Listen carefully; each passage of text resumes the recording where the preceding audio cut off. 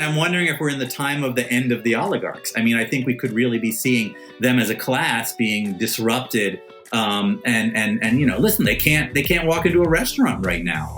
The known ones, they can't send their kids to the private universities they want to send them to, and it's a very difficult moment as long as Putin remains in power and causing world disruption.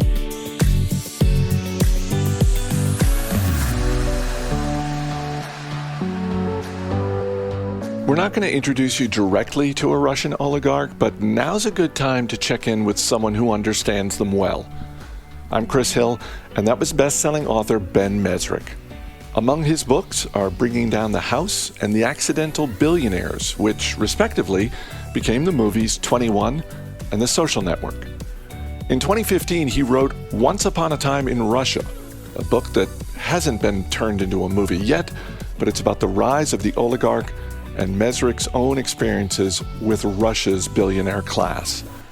Dylan Lewis caught up with Mezrich last week to talk about the history that led to this billionaire class, the potential ways they could affect Russia's war with Ukraine, and why these billionaires are more like the Sopranos than the tech titans of Silicon Valley. Ben Mezrich is the best-selling author of Bringing Down the House, the basis for the hit movie 21, and The Accidental Billionaires, which became the Academy Award-winning film The Social Network. He joins us today to talk about another book of his, Once Upon a Time in Russia, The Rise of the Oligarchs, to help us better understand the Russian oligarchs and the history that led us to where we are now. Ben, you spent a lot of time around some of the wealthiest men in Russia writing this book. This is a group of individuals a lot of headlines have focused on recently. Can you talk a little bit about the oligarch class and who these people are? Sure, absolutely. The oligarchs, or what we call the oligarchs, are a group of Russian men who came to massive wealth and power in the early 1990s when the Soviet Union kind of fell apart and it was replaced by this form of capitalism. But really capitalism in its infancy. It was kind of this crony capitalism where they didn't really know what they were doing. And Boris Yeltsin was the head of Russia, and he began to hand off the raw materials of the country to a group of people. And these were mostly outsiders, black marketeers, businessmen in quotation. Many of them that Yeltsin met via his daughter, Tatiana, who was basically a party girl in Moscow. And she would bring her friends to Yeltsin, and he would pick and choose between them and decide who would get the aluminum and who would get the oil and who would get the banking sectors. And these men went from really nobodies to vast wealth almost overnight. And this was a very turbulent time in the 1990s. I think what's kind of interesting about that original group, the oligarchs, you mentioned before, they're kind of outsiders. Some of these folks are people that didn't necessarily have clear mobility or a lot of really amazing options in the conventional Soviet Russia.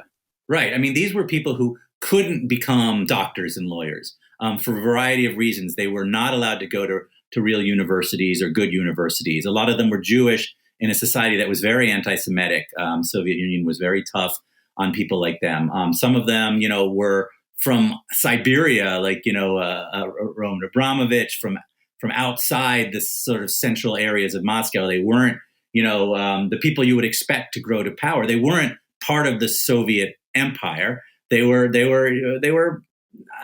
businessmen. They were guys who sold whatever they could sell to make a living. And suddenly they were handed these really important sectors of the Russian economy. And they grew very, very wealthy very quickly and became powerful. They weren't just rich. They were running the country. Yeah, and there's a little bit of a symbiotic relationship, it seems, between the oligarchy and the post-Soviet Union political establishment of Russia. They're, in a way, kind of their own kingmakers for each other. Yes, so there's a concept in Russia called Krysha. I guess in English you would spell it Krysha, and it means the roof. And it's almost like a mobster godfather type terminology, where any individual needs a political benefactor, someone they call their roof, who protects them. And if you don't have a strong roof, you can't have a strong house. And so each of these oligarchs had Yeltsin as their roof originally, Then they would have each other as their roof. The more powerful oligarch could take on an underling oligarch. But that's how they grew their power. It was almost like a mafia organization with Yeltsin at its head. But really, Yeltsin was somewhat under their control because Yeltsin did not understand capitalism. He was drunk all the time. There's a famous story where he literally fell off a bridge because he was so drunk, and he was ill. He wasn't healthy. So it was really a free for all for these oligarchs who went, became so powerful. So in the early 90s, we have a dynamic where they're kind of being handed these assets that were nationalized and are now being privatized. They are able to kind of rise in power, especially by way of some of the media ownership that they have, Yes. and are in a spot where they kind of control the political landscape a little bit more than the political landscape that originally anointed them, these oligarchs. Yes, I mean, one of them, Boris Berezovsky owned the main television station and all of the media, and it got to the point where they would kill anybody who stood against them. It was very much part of the business that if somebody was your competitor or someone disrespected you, you would take them out. And there was even a famous story where a top anchor on the news was saying things and ended up getting shot in his apartment building. It was a very violent business being an oligarch. You mentioned Berezovsky before, and you profile him throughout the book as kind of this way to explore the changing tides of the oligarchs and the political landscape in Russia. Can you talk a little bit about the Yeltsin-Putin transformation and how the dynamic between the oligarchs and the politicians changes with that? Yeah, I mean, this is a pretty wild story, but the oligarchs, had all of this power under Yeltsin, but Yeltsin was getting sick. He was not doing well, and they knew they needed to replace him. So they were seeking somebody that they could control. Boris Berezovsky, who was one of these powerful oligarchs, knew a guy named Putin, who was this low-level KGB agent in St. Petersburg. Putin worked for the mayor of St. Petersburg and had helped Berezovsky set up a car dealership. Literally, they pulled this guy out of nowhere and they installed him in Moscow. And he basically became, head of the country. And they thought he was a cog. They called him a cog, like a low-level guy who they would control. But everything changed. In the first week, Putin invited all of the oligarchs out to Stalin's old house. And this is a place where there's like bullet holes in the walls where people used to get lined up and shot. And he had all the oligarchs sit down at a table and he got up in front of them and he said, you've all made tons of money. You've all done really, really well. You can keep your money, but from here on out, you stay out of my way. And all of the oligarchs who stayed out of his way are the oligarchs who are around today doing very well. And the oligarchs who did not, who spoke up, all died or were exiled, were found hanging in their bathroom or fell down an elevator shaft or fell out of a helicopter. It was not good business going up against Putin. And Putin very quickly became the most powerful oligarch of all. It's interesting because in your book, you profile Roman Abramovich, who is still in the 90s very much trying to kind of make a name for himself and establish himself in this political and economic system. And now we think about that name, and he's probably one of the most well-known of the Russian oligarchs, in part because he owns Chelsea from the English Premier League. He represents in some ways a little bit of a different chapter in the oligarch's history. What do you think Abramovich's continued success says about the dynamic between the oligarchs and the Kremlin?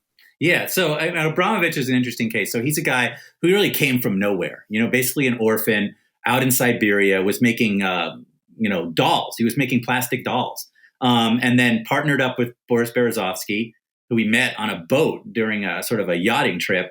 And suddenly the two of them took over the largest oil company at the time in Russia, became incredibly, incredibly wealthy. And then when Putin took power, they had to make a decision. And Boris Berezovsky decided he would go up against Putin. Roman Abramovich decided he would not. Boris Berezovsky was found hanging in his bathroom, and Roman Abramovich is one of the wealthiest men alive. But he's also known somewhat as Putin's cash register. When Putin needs something, Roman gives it to him. When he needed to fund an Olympics, Roman writes a check. Roman is interesting, though, because he lives and plays mostly in Europe. In London, in New York, in Israel also. He goes back and forth and has feet in both worlds, but he grew to prominence really outside of Russia in a lot of ways. That's how we all know him. buying a soccer team, becoming very much part of the limelight. So he's in a very difficult position today because he is one of Putin's, people. But at the same time, he lives and plays outside of that sphere. So he's in a difficult situation, and we're making it more and more difficult on him, which might end up really changing everything. Yeah, and that kind of brings us to the current state of affairs where, we've seen escalating sanctions against Russia, but we've also seen a focus on the oligarchs and the assets that they have around the world. And that's, bank accounts, that's real estate, it's these yachts that we've seen a lot of pictures of. The West is kind of looking for leverage wherever it can find it. Do you think the measures against the oligarchs will do anything to chip away at support for someone like Putin? I mean, I'm fascinated by this. 2 weeks ago or 3 weeks ago, I would have said, absolutely not. I mean, Putin is so powerful. He's weeded out everyone who's his enemy. The oligarchs who remain are utterly loyal to him and honestly very afraid of him. But over the past 2 weeks, everything has changed. The oligarchs are losing a lot. And although they can hide money away and they have shell companies, they're losing their status. They're losing their ability to travel. They're losing their ability to live in New York and London and to own soccer teams and to own NBA teams. They're being isolated. And quite frankly, they have nothing to gain from a war in Ukraine. None of them even liked the Soviet Union. They hated it. They were outsiders. They were people who were, kicked out of universities. They were not allowed to go to school during the Soviet Union. They only made their money after the Soviet Empire fell. So Putin's idea of bringing back the Soviet Empire does not make them happy. So these sanctions, I think, are pretty intricate when they go after these people who have so little to gain from what's going on right now and have everything to lose. So I do think you're seeing cracks appear. And I do think as a class, the oligarchs want this war to end. So the question becomes, what can they do? How much power do they really have? And it's not like they could just group together like they did in the 90s and say, we're taking back Russia. But on the other hand, whatever support that Putin had from them is being strained dramatically. Whether that overcomes the danger that they would be in if they really went up against Putin, anybody's. I don't have the crystal ball that can tell you, but I do think we're seeing cracks appear. We're seeing people speak out who I never would have expected to speak out before, and I believe they're probably putting a lot of pressure on whoever they can to make this come to a conclusion. Yeah, you mentioned that these are folks that come from a variety of backgrounds. We often refer to them in this very collective way, right? The oligarchs as this one group. There are some things that unify them, but in a lot of ways, this isn't like a block of people or, right, a cohort of people that are necessarily coordinating with each other. Right. Like when I wrote Once Upon a Time in Russia, I kind of thought of it as Russia's Godfather, right? But the thing is, these are not people related by blood. This is not a family. Putin is not the head of a family. These are individuals who fought their way up, who made billions and billions of dollars, who look to Putin as their roof, as their Krisha. But if their roof is not protecting them anymore, I don't believe they have any real allegiance to him. Their allegiance is entirely out of fear and out of need.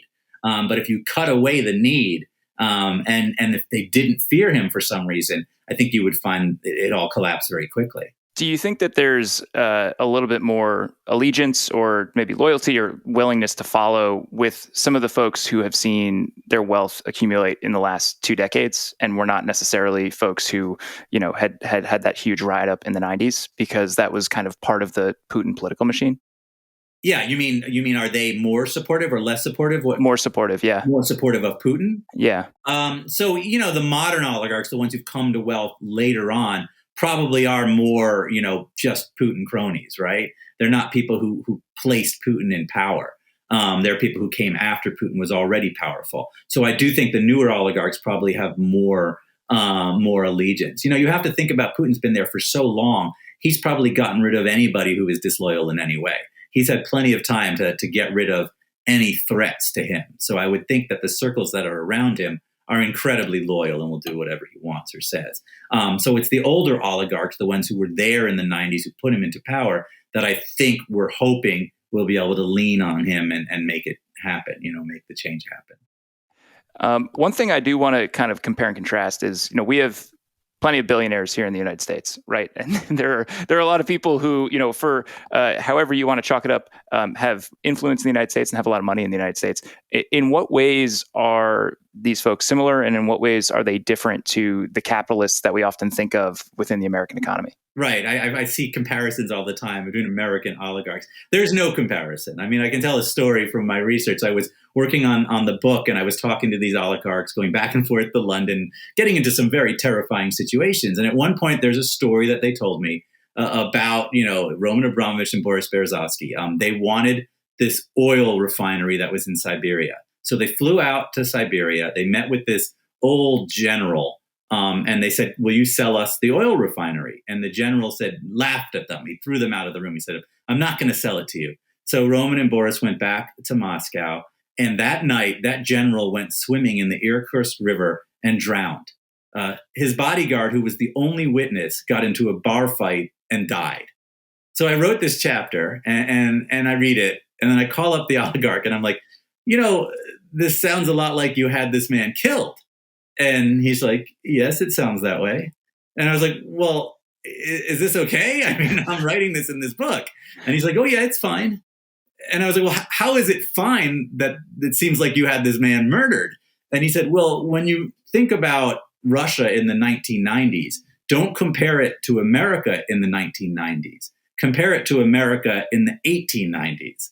And in the 1890s, if a rival businessman disrespected you, you killed him. And that's the way we were.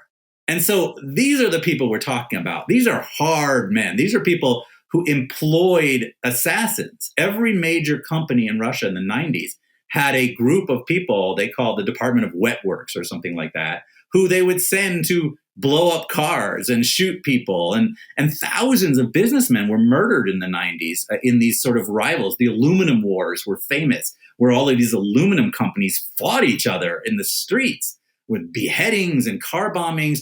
And, these are the people we're talking about today. These oligarchs murdered people, many, many people, to get to where they were. So there's no comparison to American oligarchs. I mean, American oligarchs certainly, do things that we might find immoral and spend their money in interesting ways. And they have the yachts and the planes, but they didn't come up in this Wild West kind of scenario where, you were really fighting for your life. So I think it's a better comparison to compare the oligarchs to something out of the Sopranos than to something out of sort of Wall Street. It's a very different type of person. That 90s environment that you're talking about, it seemed like throughout the book, there's this constant awareness of all of the players that are profiled, that these are, yes, unseemly parts of how to approach business, but it's also the game that all of us are playing. Yes. And I think that's very important. I don't judge them when I write this book. In many ways, it's the same way someone might make the show Sopranos or write The Godfather. They lived in a world where this was happening. Violence was a part of being a businessman in the 90s. The Soviet Union had fallen. Capitalism was in its infancy there. And it was a very violent, turbulent time. People were getting shot in the streets for various reasons. So you had to do this if you wanted to be in business. They did have a certain code that they lived by, but it was an intense Wild West. It would be like judging cowboys, back in the 1890s, people shot each other in saloons all the time, and they became folk heroes. And so I think to some extent, some of the oligarchs see themselves as folk heroes in a certain way because they fought their way up from these roots, these violent roots. But it was a different time, certainly. And it's a dramatic story that I think would make a great movie. How pervasive, if at all, are those attitudes in the way business is conducted now in Russia? I know you wrote the story. You don't have the extreme violence. But then again, we certainly have had incidents, right? We've had Putin, people go up against Putin and getting very ill, and getting poisoned, toxic poison, nuclear poisons, all of that sort of thing. So it does go on a major scale, but it's not like it was where cars are blowing up in the streets. I mean, Moscow is a very cosmopolitan city. Business is done by major, conglomerates and Coca-Cola sells products in Moscow. It's not the way it was in the 90s. But I do think that these men who run these companies, grew up in a very intense place. But they don't want to be like that anymore. The oligarchs that I know today, They have their yachts. They have their planes. They want to be respected. They want status. They want to be. They buy giant townhouses in London because they want to live in London. They don't. They want to own soccer teams. They want to own, NBA teams. They want to be able to sort of live in the real society now. And these sanctions are making it impossible for them. So I do think that this pressure is going to have an effect. I know you wrote the book and it published several years ago now. Have you kept in touch with your sources, and do you have any sense of how they've been feeling about the geopolitical climate since then? So I've not reached out in the last couple of weeks. I don't want to end up on some list somewhere. I stayed in touch with some of my sources over the years. I had sort of a lot of meetings, a lot of back and forths, a lot of sort of nerve-wracking moments, but overall, there was a sort of it's an interesting sort of process writing a book like this. And in many ways, the book was not an indictment of the oligarch class or an indictment of Putin either. I was telling the story of how these people came to be, similar to how you'd tell The Godfather or you'd have Sopranos. And the people who sort of were in The Godfather liked the book and the movie. And the mobsters who saw themselves in The Sopranos liked The Sopranos because they had done something pretty, dramatic, and they liked seeing it on the big screen. And so in that respect, as sort of an author, as a fly on the wall, I don't think it's my job to judge what was going on to some extent, but just to tell the story. So I did stay in touch with a number of them, but in the last couple of weeks, I haven't made any phone calls. No. Yeah. And I got that sense in reading it. I mowed through it. I listened to the audiobook in about 2 days. And, I got a sense that really it was more about the kind of power struggle and the environment than anything else. What I think was fascinating about these guys is they really came from nothing. I mean, they came from really hard lives. They were, some of them were beaten as children. They grew up in a very hard place, and they found themselves in a strange position. And they had the opportunity to get incredibly, vastly wealthy, and they took it. And then they were willing to do anything to get to that next phase and whatever that was. So yes, it was a fascinating process. Yeah. Yeah. If I were to break it up for people who aren't familiar with the book, maybe haven't read it, there are kind of a couple different periods. There's the privatization of the assets. There's accumulation of wealth and maybe some consolidation happening, the preservation of the status quo, and then the realization that they are no longer calling the shots. Is there any chapter or thing you would add to that to bring us current, or anything you would kind of look forward to in the story? Yeah, I mean, I'm wondering if we're in the time of the end of the oligarchs. I mean, I think we could really be seeing them as a class being disrupted. Listen, they can't walk into a restaurant right now. The known ones, they can't send their kids to the private universities they want to send them to, and it's a very difficult moment as long as Putin remains in power and causing world disruption. So I do think that there is another chapter coming in this story of where they go from here, because I don't think the status quo is going to work anymore for them. I mean, seeing Roman Abramovich have to sell the soccer team and speaking out, against the war is fascinating. It's something that I would not have expected just a few weeks ago. So I do think we're seeing another shift away from who they are as sort of Putin's cash register or whatever it is. Putin is not their Krisha anymore.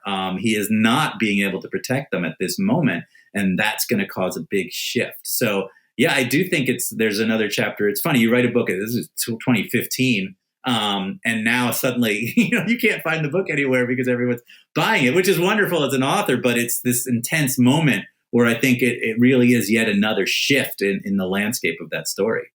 Is it a story you would revisit at some point with another book? Oh gosh, I'm such a coward at this point in my life, man. It was scary, another story. I was in London, and I was meeting with these oligarchs, and suddenly someone comes up behind me, huge guy, and just shoves something into my back pocket, and he's like, "Don't look, don't look."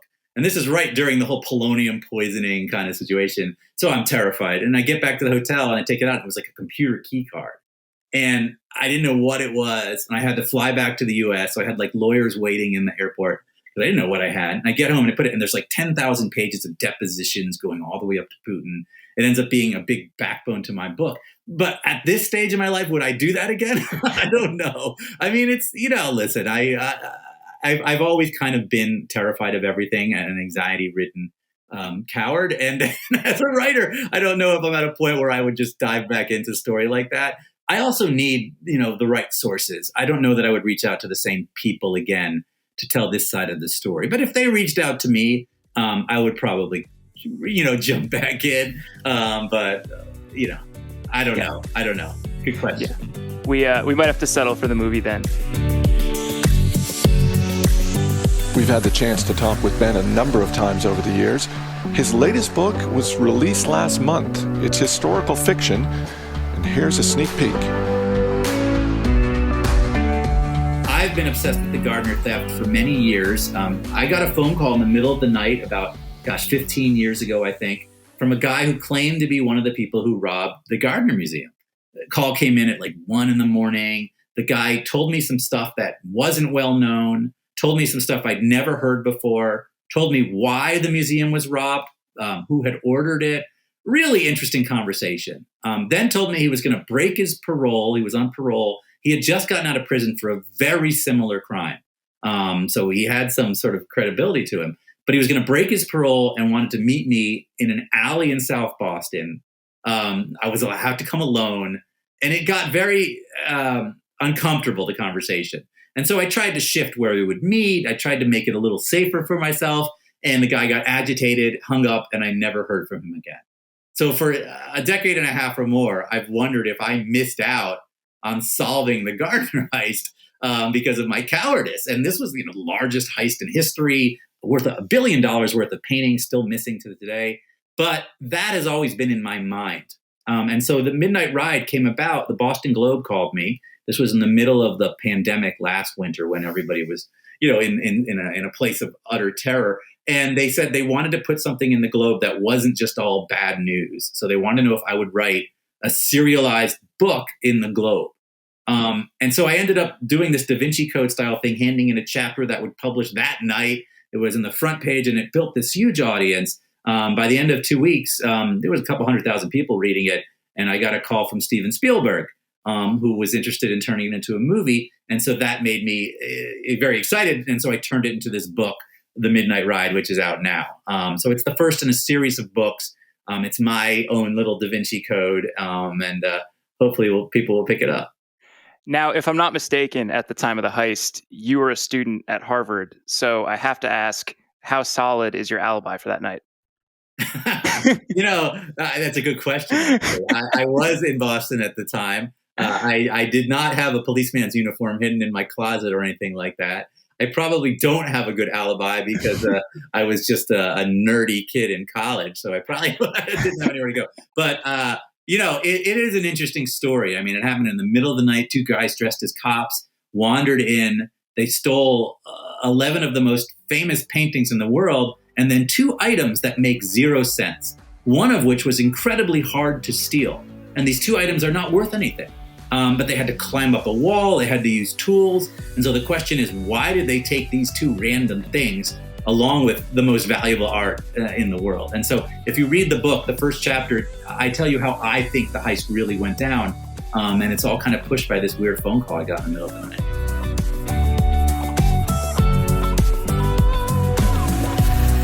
As always, people on the program may have interest in the stocks they talk about, and the Motley Fool may have formal recommendations for or against, so don't buy or sell stocks based solely on what you hear. I'm Chris Hill. Thanks for listening. We'll see you tomorrow.